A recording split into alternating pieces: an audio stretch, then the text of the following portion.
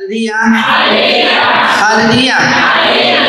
आपण प्रार्थना करूया. हे परमेश्वर पिता दयाळू बाबा, सुंदर दिवसाबद्दल तुमचे आभार मानतो. महान परमेश्वर, आशीर्वादी परमेश्वर, तुमच्या वचनात चालणाऱ्या प्रत्येकाला सहाय्य कर ही प्रार्थना आमच्या प्रभू येशू ख्रिस्ताच्या नावाने करतो. Hallelujah, hallelujah, hallelujah, hallelujah. तर आपण वचन घेऊया आणि हे वचन आहे गलातियरास 1:6 पासून. गलातियरास 1:6.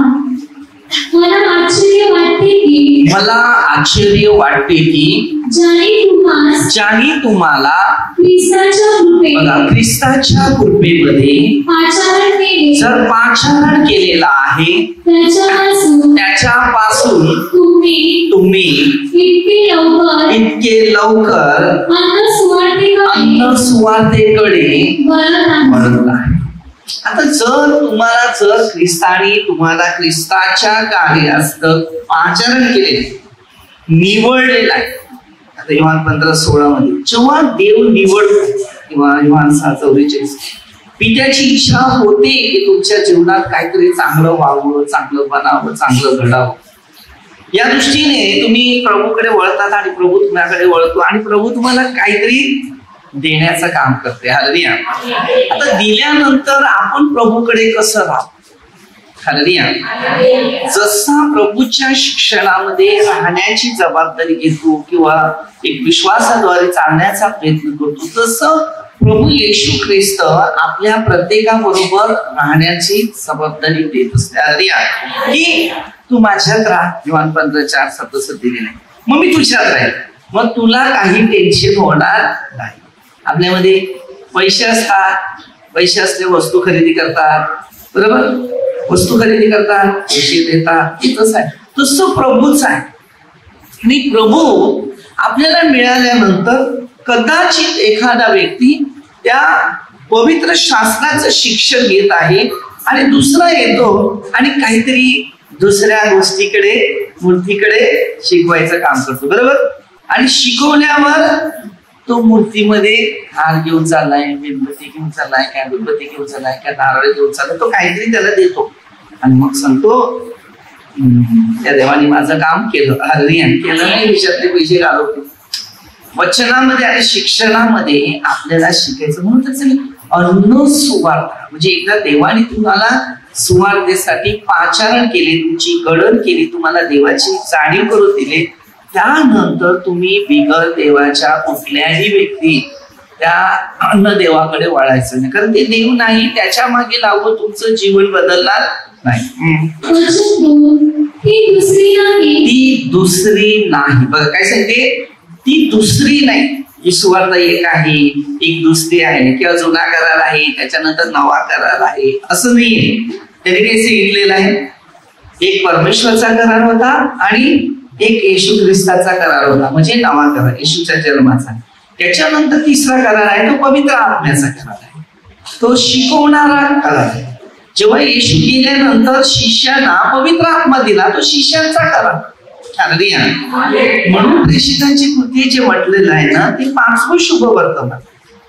मोशेला 5 पुस्तके दिले ना, तसं प्रभूंनी ह्या 4 शुभ वर्तमानामध्ये गोष्टी दिलेल्या तुम्ही बघतात नाही का.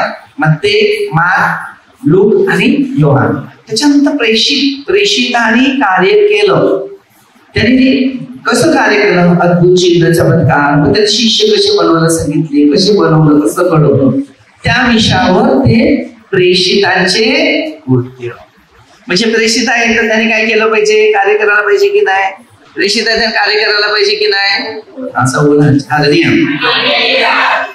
अन्न सुवार्थ. आता बघा, आता ही आध्यात्मिक गोष्टी आहे, बरोबर, ह्याच्यात पण बडबड नाही करायची, ह्याच्यात ऐकायचं न बोललं त्याचं प्रश्नाचं उत्तर द्यायचं. समजलं?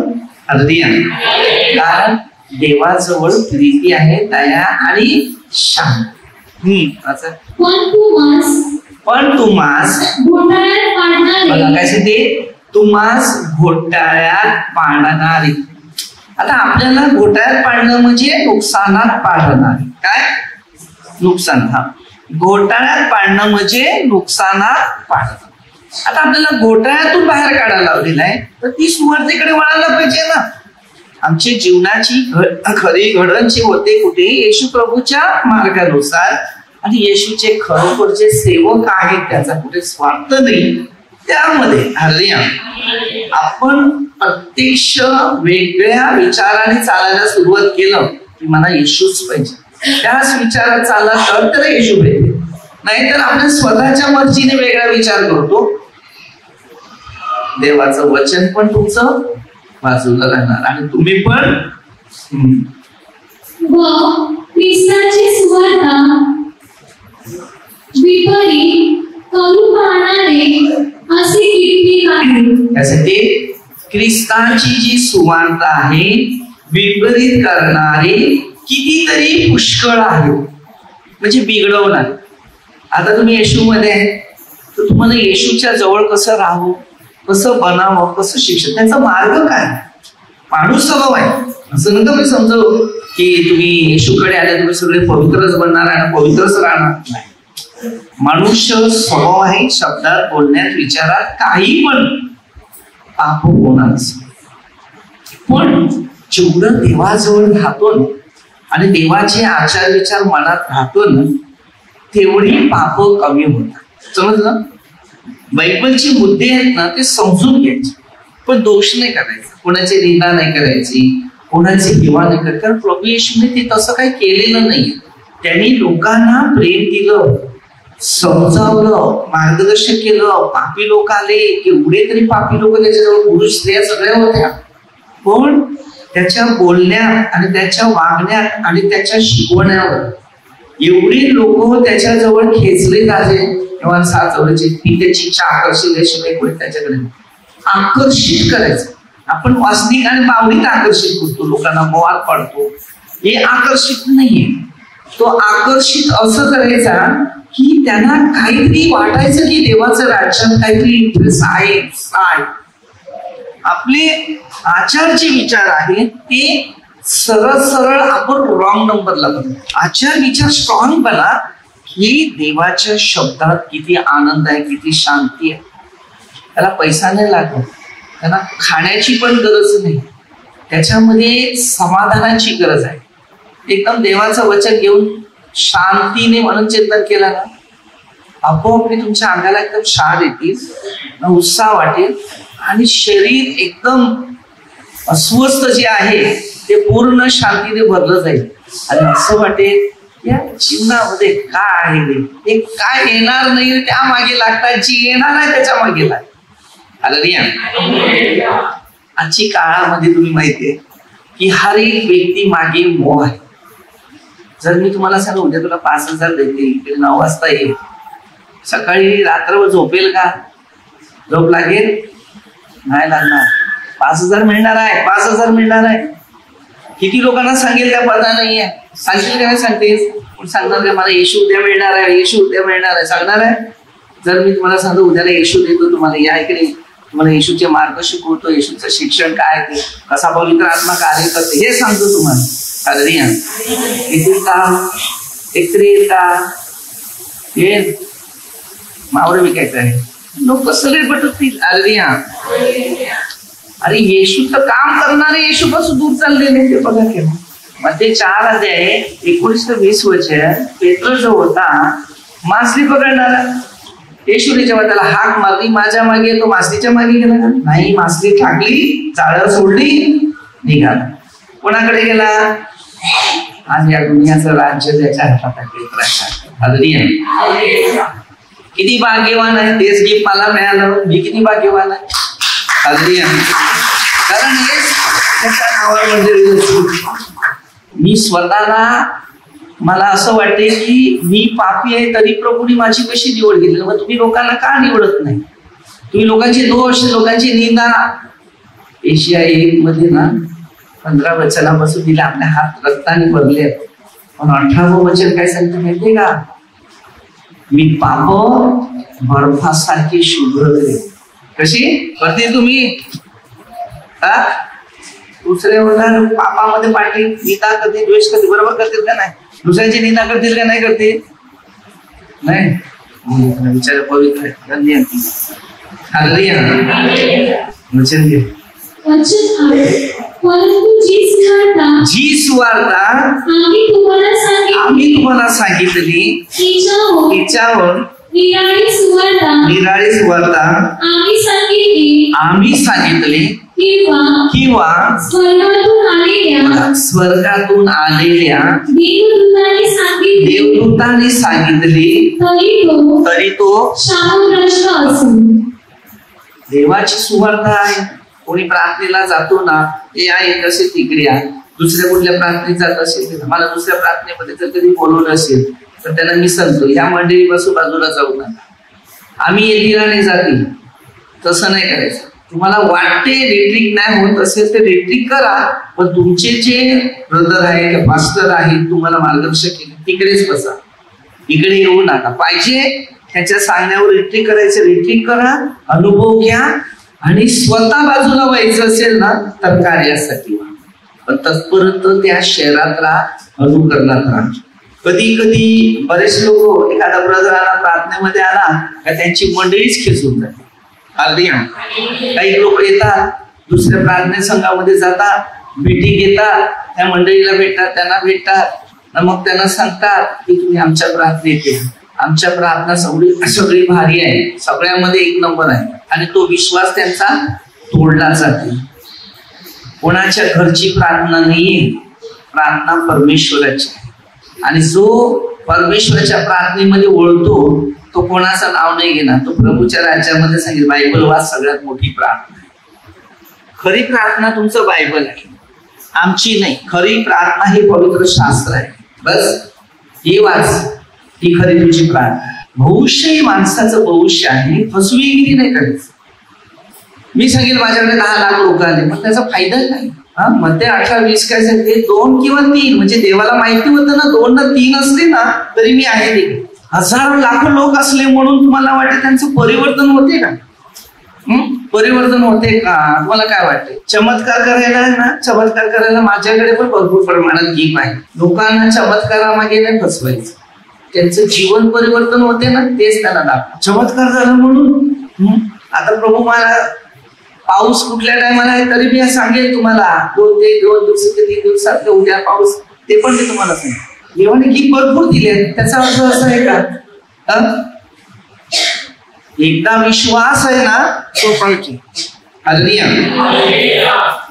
त्या दिवशी मला दुबईवरून फोन आलेला, तर फोन आलेला तर रात्री 12 वाजता, किती 12च्या नंतर माझी प्रार्थना काहीतरी 12 वाजता काहीतरी फोन आलेला रात्रीचा. तर मी फोन उचलला तर सांगते मी दुबईवरून, त्याचा नाव नेल्सन म्हणून ड्रायव्हर आहे. तर रिपोर्ट आला त्याचा, म्हणजे रॉंग आला, चांगला नाही आला. तर आता परत त्याला रिपोर्ट काढायला सांगितलं. सांगते चांगला आहे म्हणून. बरं घाबरू नका, वाईट येणार नाही, चांगलाच येईल, जा काय नाही होणार. प्रभूच्या नावाने प्रार्थना केली, त्याला सांगितलं. दुसऱ्या दिवशी फोन आला, रिपोर्ट नॉर्मल.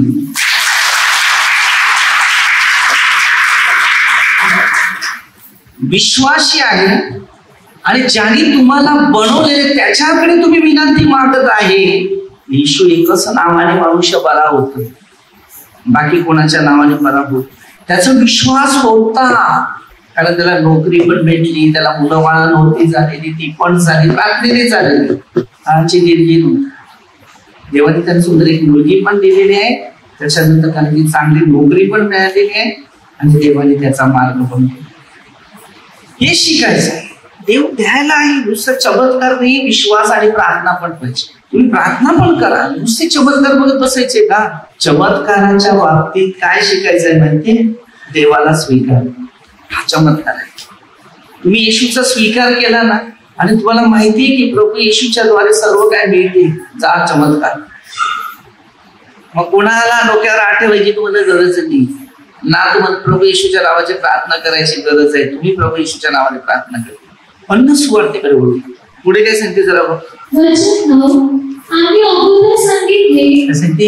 आम्ही अगोदर पण सांगितले ना, पहिलं पण सांगितले, किती वेळा प्रवचनामध्ये पण सांगितले. पौलाने हे पत्र लिहिलेलं आहे आणि या पत्रामध्ये पौल आपल्याला अनेक प्रश्नाचं उत्तर देत आहे. आता त्यांनी पण देवाची सेवा केली म्हणूनच त्यांनी ते लिहून सांगितलं ना की दुसरा कोण मी गेलाय. 20:29 पासून दिले. मी गेल्यावर कळपाची दया माया करणारी खूर लांडगी पडशील. जेव्हा तुम्ही एका प्रार्थनेत तुमचं जीवनात प्रगती झाली, तुमची घडण झाली, तुमचं चांगलं झाले, दुसरा लुटायला येईल. लक्षात ठेवा. आज मला सांगा, तुम्ही प्रार्थनेत जातो, इकडे तिकडे फिरतात, कुठल्याही प्रार्थनेमध्ये लोक जातात, ते किती गोरगरिबांना खायला प्यायला घातलेलं आहे मला सांगा. प्रार्थना कसं असते? प्रार्थना करायची, दान धर्म करायचं, गोरगरिबांना मदत करायची, हे सगळे प्रश्न आहेत. आजाराने भेटी द्यायचं, दुःखी आहे, निराशात आहे, समस्यात आहे, हे करायचं आहे. मग ते 25:32-46 पर्यंत वचन दिलेलं आहे. येशू बोलला, मी भुके होता, मी प्यासा होता, मुश्किलात पडल्या, दुःखात पडल्या, समस्यात पडल्या, संकटात पडल्या, त्याला प्रेम द्या. तेव्हा मी सांगेन की या व्यक्तीला तुम्ही जिंकलं. तो दुःखी आहे, तो टेन्शन मध्ये आहे, तो निराशात आहे, त्याला आणखी टेन्शन देणार असं काम नाही करायचं. घाबरू नको, प्रेमाने एकदम समजावं. लोकांना ना प्रेम जर नसेल तर आजार वाढले जातात. किती टेन्शन मध्ये असू दे, द्या प्रेम त्यांना. काय होते बघ, तुम्ही शांती त्याला जिंकणार आहे. हळूहळू समजावून त्यांना सांगा. अगदी येशू जवळ काय होतं माहितीये का? प्रेम होतं, नफरत नव्हती, द्वेष नव्हती, हेवा नव्हती. अगदी समजून सांगायचा, समजून घडवायचा ना, समजून मागायचं. नुसतं ओरडून काय एका दिवस होणार आहे. 2 भाषा आपल्याला दिली, प्रेम आणि शांती. शांती जर तुम्ही लोकांना दिली असेल, पहिले घरात जा, प्रभूची शांती असू हे बोला. बाकी तुमच्यामध्ये प्रेम आहे. जसं येशूने योहान 15:12 केलेलं आहे, जसं तुम्ही येशूने प्रेम केले तीच त्यांच्यावर प्रेम. त्यांना समजवा, त्यांना मार्गदर्शन करा, त्यांना शिकवा. घाबरू नका, असं नाही तसं नाही, हे का हे आपल्याकडे काय खायला हे बाबा, माझ्याकडे नाही ना चालेल, पण माझ्यातलं आहे त्याच्यातलं पण, त्याच्यातलं काहीच नाही. सगळ्यात मोठं जे आहे शिक्षण हे प्रेम. आपल्यामध्ये काय आहे? प्रेम. आता तुम्ही कोंबडीचं मटण खाल्लं, मी काय मागायला नाही आणलं, बरोबर, पण देवाने पाठवलं ना कोणाच्या द्वारे, तुम्ही येतात की नाही. एकेकाच्या मनाला प्रभू स्पर्श करतो, तो देतो, त्याला प्रभूचा आशीर्वाद होतो. परमेश्वराचं राज्य हेच. गरीब गरजवंत व्यक्तीला मदत करा, हे मोठा धर्म आहे आणि हे मोठा आशीर्वाद. आमच्यात प्रेम हे शब्द नाही. पेरू कोणी खाल्लेलं? पेरू पेरू कोणी खाल्लेला? तर आपल्या प्रत्येकाला एका वचनाचा अनुभव घ्यायचा. जर तुम्हाला प्रभूने शिकवलेली गोष्टी आहेत ना, तर ती गोष्टी तुमच्या प्रत्येकामध्ये उतरून ठेवा. हालेलुया. जर तुमच्यामध्ये परमेश्वराचं वचन आहे, शिक्षण आहे, ज्ञान आहे, प्रभू तुम्हाला मदत देईल आणि ती मदती तुमच्या प्रत्येकाला सहाय्य करते. हालेलुया. वचन हमेशा मार्ग देते.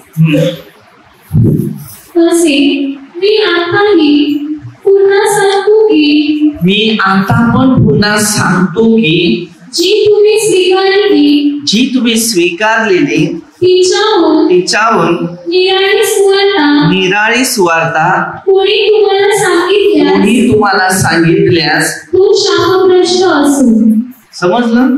तुम्हाला सांगता इकडे मस्त ब्रदर आहे, इकडे मस्त आहे, चला त्याला शाप दिले. तो काय बोलला? तो शाप दिला. कारण मार्क 9:42 मध्ये हेच वचन असत. बायबल अशा प्रकारे शिकवते की आम्ही त्या वचनात, शिक्षणात किंवा त्याच्या नियमामध्ये प्रयत्न केला पाहिजे, चाललं पाहिजे आणि त्याच्यातूनच देवाची ओळख आत्मपरिशोध केलं. शिकताना वचन मार्गदर्शक आपल्याला करते ना, ते आज्ञा पाळा. हे शिक्षण तुमच्या प्रत्येकाला, मला पण आणि तुम्हाला पण उपयोगी आणि या शिक्षणावर लक्ष दे. वचन नेहमी नेहमी नेहमी नेहमी आत्मपरिशोध करा. वचनात केवढा पावर आहे माहितीये तुम्हाला? वचनात किती सामर्थ्य आहे माहितीये? वचनात किती शांती आहे माहितीये तुम्हाला? किती दुःखी असू दे, किती निराशात असू, किती समस्यात असू, किती संकटात असू दे, तरी त्याला वचन आहे. मी आता माणसाची की देवाची मनधरणी कराव्यास पाहत आहे जर मी माणसाला संतुष्ट कराव्यास पाहत आहे काय, मी अजूनपर्यंत ज्या माणसाला संतुष्ट करीत राहिलो असतो तर मी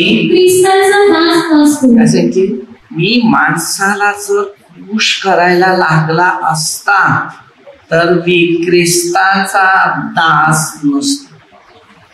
काय सांगितलं? आता आम्ही जर माणसाला खुश करायला लागला तर मी देवाची सेवा पण नसते. देवाच्या माणसाला खुश करा. कसं खुश करा? देवामध्ये त्यांना वाढवा, आध्यात्मिक गोष्टीचं मार्गदर्शन करा, शिकवा, अनुभव द्या, ज्ञान द्या, चमत्कार गोष्टीची माहिती द्या की देव कसं चमत्कार करतो, मनुष्य नाही करतो. देव आपल्याला रोजच्या सकाळी बघायला देतो ना, तो मोठा चमत्कार. 150 रोज सकाळी तो जागा करतो, तो मोठा चमत्कार. आम्हाला काय शिकायचं आहे हे पहिलं मुद्दा प्रभू येशू या शब्दाद्वारेच आपल्याला पहिला चालवायचं. कारण बंधूनो मी तुम्हाला हे कळवतो की जी मी सांगितलेली सुवार्ता माणसाच्या सांगण्याप्रमाणे.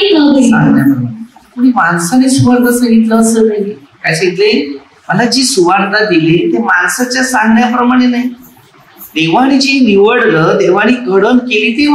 पौलाची पण तसंच, माझी पण तीच परिस्थिती. जेव्हा पवित्र आत्म्याच्या द्वारे मला नाव आवाज दिला तेव्हा हे कार्य भेटलं. हालेलुया. पवित्र आत्मा पवित्र राज्यासाठी, मार्गासाठी, कार्यासाठी आणि शिक्षणासाठी तयार असतो. आणि जसा तो पवित्र आत्मा तुमच्या प्रत्येकामध्ये जेव्हा उतरायला सुरुवात करतो ना, तसा तो पवित्र आत्मा तुमच्या प्रत्येकाला तो मार्गदर्शक करत असतो. मेन प्रार्थना, जेवढी प्रार्थना तुम्ही करत राहणार तेवढं तुम्ही समाधान आहे. दुसरे विचार डोक्यात आणा, कोणाचं काय सांगत तिकडे ते आणा डोक्यात. बघा काय परिस्थिती, हा मुश्किल आहे. टेन्शन तुमच्या जीवनामध्ये. कारण का? चिंता. आज आपल्या प्रत्येकाच्या माणसामध्ये चिंता माणसाला कमजोर. देवाशी मी नेहमी लोकांना सांगतो, देव जर तुम्हाला मिळवायचं असेल तर त्याचा आज्ञा पाळा. शेवटला आज्ञा दिल्या, जे मोशेला आज्ञा दिल्या तसं येशू ख्रिस्ताने 2 आज्ञा दिल्या. परमेश्वराला स्वतःवर, बाकी सगळ्यावर होईल. आज तसं नाही. आज हर एक व्यक्ती जगाच्या अनेक गोष्टींमध्ये आपलं संपूर्ण समयाने वेळ वापर. चांगल्या गोष्टीच कोणाला मिळतात आणि चांगली व्यक्ती कधी सापडतच. सगळी बाजूला बघितलं तर याची निना, त्याची निना, विष हे चाललेलं आहे. चांगले मुद्दे ठेवा. परमेश्वराने मला काहीतरी दिले. लोक बडकवणार. आता प्रकटीकरणामध्ये तुम्हाला माहिती आहे 12 ते 12 वचनामध्ये सैतान आपला काळ थोडा आहे तो तुमच्याकडे आले, मग तुम्हाला सांगतो या प्रार्थनेचं त्या प्रार्थनेचं चालते. मग आपण चालल्यानंतर आपली परिस्थिती फार गंभीर आहे. कारण ती मला मनुष्यापासून प्राप्त झाली नाही, ती मला माणसापासून प्राप्त झाली. बोल. आता मला जी सुवार्ता कोणी माणसाने शिकवलं नाही. मी बायबल क्लास घेतले नाही, बायबल स्टडी घेतली नाही, मी बाप्तिस्मा नाही घेतला, मला पवित्र आत्मा मिळालेला आहे. लोक बायबल स्टडी जातात, बरोबर, तो कोर्स करतात, त्याच्यानंतर पाण्याने बाप्तिस्मा घेतात. तो संतात बाप्तिस्मा. बाप्तिस्मा सगळ्यात मोठा बाप्तिस्मा पवित्र आत्म्याचा. मानवाचा बाप्तिस्मा कधीच उपयोगी येत नाही. लक्षात ठेवा. लोक अद्याप त्याच्यावर आहे. पवित्र आत्म्याच्या बाप्तिस्मामध्ये प्रचार होतो. कारण येशू ख्रिस्ताच्या बाबतीत जेव्हा बघितलं मत्ते 3 अध्याय 11 वचनामध्ये जेव्हा त्याला पवित्र आत्मा येशूवर जेव्हा उतरला गेला तेव्हा योहान सांगतो, मी तर पाण्याने बाप्तिस्मा करतो खरा, पण जो माझ्या मागून तो पवित्र आत्मा येशूच द्यायला लागला. आणि जेव्हा प्रेषिताच्या कृत्यामध्ये भक्तिदायक मनापासून प्रार्थना करायला लागली त्याला पवित्र आत्मा. जो खरोखर रात्र दिवस देवाविषयी परत चिंतन करतो, भक्तिदायक करतो, वचनात चालतो, वचनाच्या मागे राहतो, देवाच्या वचनानुसार चालण्याचा प्रयत्न करतो, नंतर बायबल वाचा. पहिलं काय करा, आपली पाप खाली करा. पवित्र आत्मा मिळवायचं असेल तर मी त्याला सांगतो, पाप एक एक खाली करा. शब्दापासून, बोलण्यापासून, विचारापासून, प्रार्थना कमी केले, प्रार्थनेत भाग नाही घेतला का, प्रार्थनेमध्ये सहभाग घेतला नाही, कुठल्या प्रार्थनेमध्ये मी स्थिर राहिलो नाही, की मी एकांत बसून देवाबरोबर बोललं नाही, देवाच्या काही योजना मला काही समजावून घ्यायच्या होत्या तर मी घेतल्या नाही, देवाचं ऐकलं नाही, देवाच्या विरुद्ध गेलो, शैतानाच्या गोष्टी ऐकल्या, सगळे काय काय नाही, एक शब्द कट करतोय, सगळं काढायचं, हे मी केलं, चुकलंय तर ओके टिक मारा, चांगलं काय माहिती. एक कागद घ्या, एक वही घ्या, दिवसामध्ये कोणते कोणते प्रश्न तुमच्या समोर येतात, विचार हे लिहून घ्यायचे. डोळ्याचं पाप आहे, या माणसाला मी क्षमा करू शकत नाही, ते लिहून ठेवा. ज्या गोष्टी तुमच्या जीवनामध्ये सतावतात त्या गोष्टी लिहून ठेवा. ज्या व्यक्तीला मी क्षमा करू शकत नाही ते लिहून ठेवा, त्याला कारण काय. मग ते विचार बाजूला करा. मी या माणसाविषयी कुरकुर करतो का, कुरकुर करतो, लिहून ठेवा. एक दिवस काढा आपल्या स्वतःच्या पापासाठी, बस. मग तुम्हाला समजेल हे लिहिलेल्या गोष्टी आहेत, हे लिहिलेल्या गोष्टी आहेत, हे लिहिलेल्या गोष्टी आहेत. 116 वचनामध्ये दिले, रोज वहीत नमूद केलेलं आहे आपलं. आपण शिकायचं आहे आणि अनेक गोष्टीच्या आहेत ते आत्मपरीक्षण करायचं. आता रोज समोर तुमच्या मनात काहीतरी विचार येतात, बरोबर, चांगले आहे का वाईट आहे ते लिहून ठेवा. हे चांगले आले आहेत, मला चांगलंच घ्यायचं, चांगलं घ्यायचं. खाताना चांगलंच खात होते ना. आता कोंबडीचं मटण खाल्लं असेल, ते हाडं खाल्ली का मटण खाल्लं,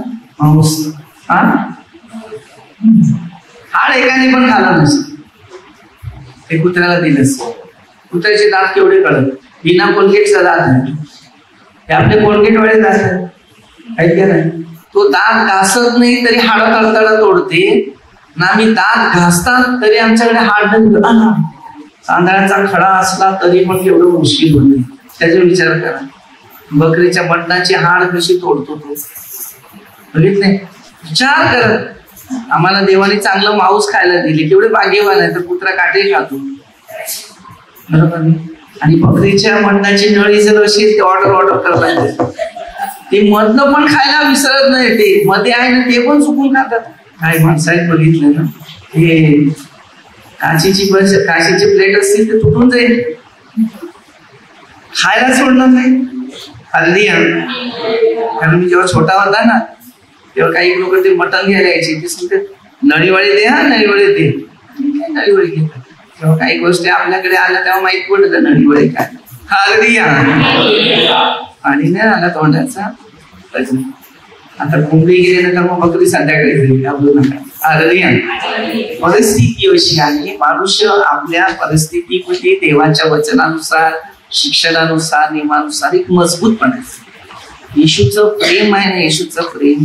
मी विचार करतो आपण किती कठीण परिस्थितीची कामं बिमं करतात, देवाची कामं का करू शकत नाही. थोडीशी देवाची कामं करा, खूप फायदे आहेत. खाण्यापिण्याचं सोडून द्या, आपण जेव्हा देवाविषयीची विचारधारा आपण करत असतो ना तेवढं मस्त वाटते ना, किती शांती. आणि मग डोळ्यामध्ये असं जर आहे ना, डोळे जर समोर भिंतीवर बघा तर लगेच त्याचे चेहरे येऊन जातील, किंवा असं बघत गेलं तर एक लाईट येऊन जाईल, पटकन दर्शन येते, ताबडतोब काहीतरी तो आठवून देतो. 14:26 पवित्र आत्मा आठवून करून एवढं चांगलं आहे. म्हणून कोणत्या माणसाच्या सुवार्त्यात ह्या अशी आहे, तिकडे कुठल्याच ठिकाणी जाऊ नका. काही वर्ष अगोदर एका ब्रदराविषयी तो सांगायला आलेला माझ्याकडे. त्याला ताप आलेला तरी तो आलेला सुवार्थ सांगायला. त्यांनी सांगितलं माझ्या घरी स्वतः प्रार्थना करते आणि मी चालू होते. कोणाला सांग माहितीये का, जे लोक प्रार्थनेत नाही ना त्यांना. आणि एक दिवस मी भेटायला गेलेला त्याला टीबीचा आजार होता आणि प्रभूच्या नावाने तो बरा झाला. माहिती नाही, नुसता भेटायला गेलेला. ते प्रभूने कसा बरा केला त्याने मला इतिहास माहिती, पण तो कुठेतरी प्रार्थनेत गेला असेल माहिती. तर एक दिवस ताप आला ना, त्याच्या ब्रदरांची सुवार्थ सांगण्यासाठी गेला, प्रभू येशूची सुवार्थ सांगण्यासाठी नाही. तर त्याला मी भरपूर अशी बायबलची वचनं दिली, शेवटला बऱ्याच गोष्टी सांगितल्या. मग तो गेला, आज माझ्या घरी येशू येणार, प्रार्थनेच्या द्वारे माझ्या घरी येशू येणार. मी असणार. आपण काय बोलतो, माझ्या घरी प्रार्थना आहे. प्रार्थना नाही, माझ्या घरी येशू येणार आहे. तुम्ही मध्य 18:20 2 किंवा 3 त्याच्या नावाने जमतात ना तिकडे येशू. आपण प्रार्थनाच हा शब्द बोलतो, पण प्रार्थना हा शब्द नका बोला. तर तुम्ही तिथे सांगा आज आमच्याकडे येशू येणार आहे, तुम्ही या. तेव्हा तुमचा विश्वास मजबूत राहील. तेव्हा त्या माणसाच्या जीवनात काहीतरी चमत्कार, अद्भुत गोष्टी, त्या माणसाचं जीवन परिवर्तन होते, त्याच्या जीवनात बदल होते. आणि मग समजते अरे याच्यात बघ कसा बदल झाला. तेव्हा तुम्हाला सांगितलं ना येशू येणार आहे, ते येशू देखील. हा प्रश्न प्रार्थनामध्ये येशू आहे मध्य 18-20. तेव्हा येशू अद्भुत चमत्कार करतो. नाही तर ब्रदर येणार आहे. ब्रदर माणसासारखा असतो. एक ते बोलायचे देवाचे सेवक, नाहीतर एक ते देवाचे संदेष्टे. जे संदेष्टे देवाने त्यांना संदेष्टाची निवड केली, ते संदेष्टे येणार, देवाचे शिष्य येणार आहे असं बोलायचं. ज्यांना वरदान गिफ्ट पवित्र आत्मा आहे दिसतं असं नाही डोक्यात हात ठेवलं थोडीशी प्रार्थना केली काय केलं. पहिल्यांदा त्यांचं मन परिवर्तन करा, त्याच्यानंतर हात. मग ते प्रभूच्या नावाने काही दुष्ट आत्मे ते निघून जातात. नसेल तर पवित्र आत्मा स्वतःच काम करतो. प्रार्थनेच्या काही मुद्दे काही नियम असे आहेत की विचार नाही. आपण बायबल सगळं बायबलच्या गोष्टींमध्ये आहेत. काही पवित्र आत्म्याच्या जवळ पण आहे. तर ज्याला पवित्र आत्मा मिळालेला आहे ना तो पुढच्या होणाऱ्या गोष्टी पण सांगते का न होऊन गेलेल्या त्या गोष्टी पण सांगते. ते पवित्र आत्म्याचे लोक असतात. त्यांना म्हणते 10-20 मध्ये. ते तुम्हाला हे बायबल पण समजणार तर तुम्ही काय सांगणार हे बायबलमध्ये ते नाही मिळत. ते बायबलमध्ये नाही मिळत. त्याला बायबल देवाने दिलेलं आहे. म्हणून प्रकटीकरणामध्ये ज्या वेळेला 3:20 मध्ये पहा मी दाराशी उभा आहे तसे देखेशी दार तोंड चांगलं पण मी भरेल. मग ते 10-20 तुम्ही नाही बोला तुमच्या काही परमेश्वराचा आत्मा बोलणार. आता इर्मिया 1:9 मध्ये त्याच्या मुखात मी वचन घातली. आता काही बायबलचे काय अर्थ आहेत ना ते आपल्याला समजून घ्यायचे. मग प्रेषितांच्या कृत्यामध्ये 2रा अध्याय तेव्हा ते जन्मभाषा म्हणजे उत्पत्तीचा 11 अध्यायाची मध्ये जी गोंधळ झालेली त्यामध्ये ती भाषा पहिली होती ती भाषा एकत्र बोलायला आणि ती भाषा सगळी भाषा तुम्हाला समज. पवित्र आत्मा आल्यानंतर तुम्ही काय बोलतात ना ते तुमच्या सगळ्या भाषा तुम्हाला समजतील. त्याच्यानंतर ह्या मनाची विचार काय तुम्ही काय मनात आणले काय बोलणार आहे ते पण तुम्हाला समजेल. त्याला पवित्र आत्मा बोलतात. मनातल्या गोष्टी ओळखणं. तुम्ही काय खाऊन आले ते देवाला पटत नसेल ते पण सांगणार. जे खाणार तुम्हाला काही त्रास होत आहे ते खाल्लेलं आहे ते पण तुम्हाला इकडून सांगलं जाईल. काही मुद्दे असे पण असतात आणि त्यानंतर तुम्हाला काय त्रास होतो किंवा काय होणार आहे हे पण त्याच्यात माहिती. म्हणून प्रत्येकी शिक्षण आहे ना ते बिना पवित्र आत्म्याशिवाय कोणत्याच माणसाला शिकता येईल. म्हणून माणसा सांगितलं पवित्र आत्मा सर्व गोष्टीची तुला आठवण करून देईल. मेन पवित्र आत्म्या विषयावरच आपल्याला लक्ष दिलं माणसावर ना लक्ष दिलं. मी नेहमी लोकांना सांगतो तुला माझ्यावर विश्वास आहे ना तर वचनासाठी नाही बाकी कुठला विश्वास धरू नका. एखाद्या माणसाने सांगितलं माझ्या विरुद्ध काय भडकावलं तुझं मन तुटलं तू काय करशील विश्वासात राहशील संशयवृत्तीत राहशील. ही परिस्थिती तशी आहे. माणसाचे आचार विचार चुकीचे असतात. म्हणून अन्न सुवार्तेकडे वळताना पहिलं विचार करायचा की देवाने मला चांगलं शिकवण दिले मार्गदर्शन केले माझ्या जीवनात बदल झालाय परिवर्तन झालंय माझ्या आर्थिक परिस्थितीमध्ये परिवर्तन झालेलं आहे बदल झालेला आहे तर मला प्रभूच्या आज्ञामध्ये राहणं गरजेचं.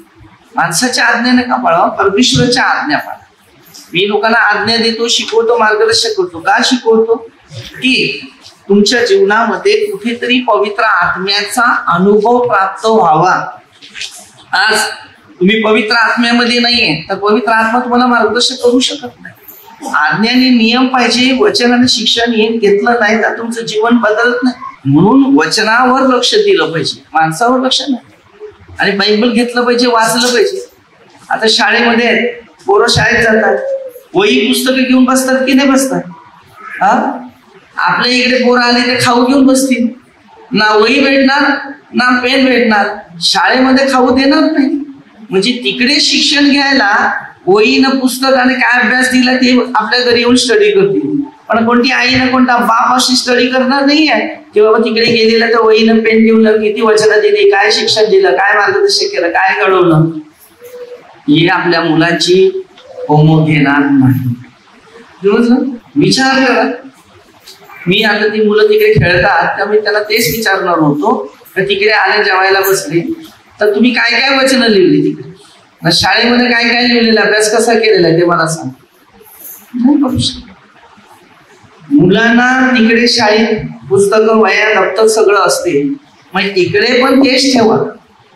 तेव्हा ती आध्यात्मिक शिक्षण घेतली एपिसिकल आचार मुलांना प्रभूच्या शिस्तीत आणि शिक्षणात वाढ. हे शिकतात शिका हे पण शिका. हे स्वर्गाकरता झाला ते तुमच्या शरीरात रोजची भाकरीसाठी तर दोन्ही गोष्टीकडे लक्ष दिलंच पाहिजे. आध्यात्मिक शिक्षण मुलांना जर नाही मिळालं तर आई बाबाचा सन्मान करू शकत नाही, समाजाचा सन्मान करू शकत नाही, कोणत्या मोठ्या माणसाचा सन्मान करू शकत नाही, कोणत्या लोकांना मदत करायचं ते करू शकत नाही. या सर्व गोष्टी शिक्षण घेणं देणं गरजेचं आहे. म्हणून कधी कधी असं वाटते प्रभूकडे अशी विनंती करावं की प्रभूला असं सांगत राहावं की हर शाळेला प्रभूने असं मार्गदर्शन करण्यासाठी प्रभूने त्यांना देणगी द्यावी की ते पुराणी आध्यात्मिक गोष्टीमध्ये वाढावी आणि टीचरने पण त्यांना ते शिकवावं की आई बापाचा आदर्श ठेवावं, आई बापांना मदत करावी, म्हाताऱ्या लोकांना मदत करावी. हे काही शिक्षण आहे ना, हे हेल्प करण्याचं काम सुद्धा आपल्याला करता आलं पाहिजे. म्हणजे काही मुद्दे जे आहेत ते मुलांसाठी हे विशेष गरजेचं आहे. तर आपण मुलांना ते आध्यात्मिक शिक्षण नाहीये, आध्यात्मिक गोष्टी नाहीये, तर त्या मुलांचं जीवन आध्यात्मिक मार्गाचा प्रवास करू शकतो. म्हणून सर्वांना आध्यात्मिक शिक्षण देता आलं पाहिजे आणि शिक्षण घेता पण आलं पाहिजे. मुलं आध्यात्मिक गोष्टीप्रमाणे पवित्र आत्म्याच्या द्वारे चाललं पाहिजे. हालेलुया. आपण छोटीशी प्रार्थना घेऊया. परमेश्वर दयाळू बापा, प्रत्येकाला शांती दे, आनंद दे, तुझा वचन दे, तुझे मार्ग दे, तुझ्या नियमानुसार चालण्यास प्रत्येकाला सहाय्य कर. सर्व मंदिर कामदार सरपंच सर्व पोलीस कॉम्प्लेटर प्रभूचा आशीर्वाद आलेल्या हर एक व्यक्तीला प्रभूचा आशीर्वाद भेटावा. प्रभूच्या इच्छेप्रमाणे चालणाऱ्या प्रत्येक माणसाला साहेब आपल्या भारत देशावर प्रभूचा आशीर्वाद भेटा. विशेष प्रार्थना ही प्रार्थना येशूच्या द्वारे करतो. आमेन. हालेलुया.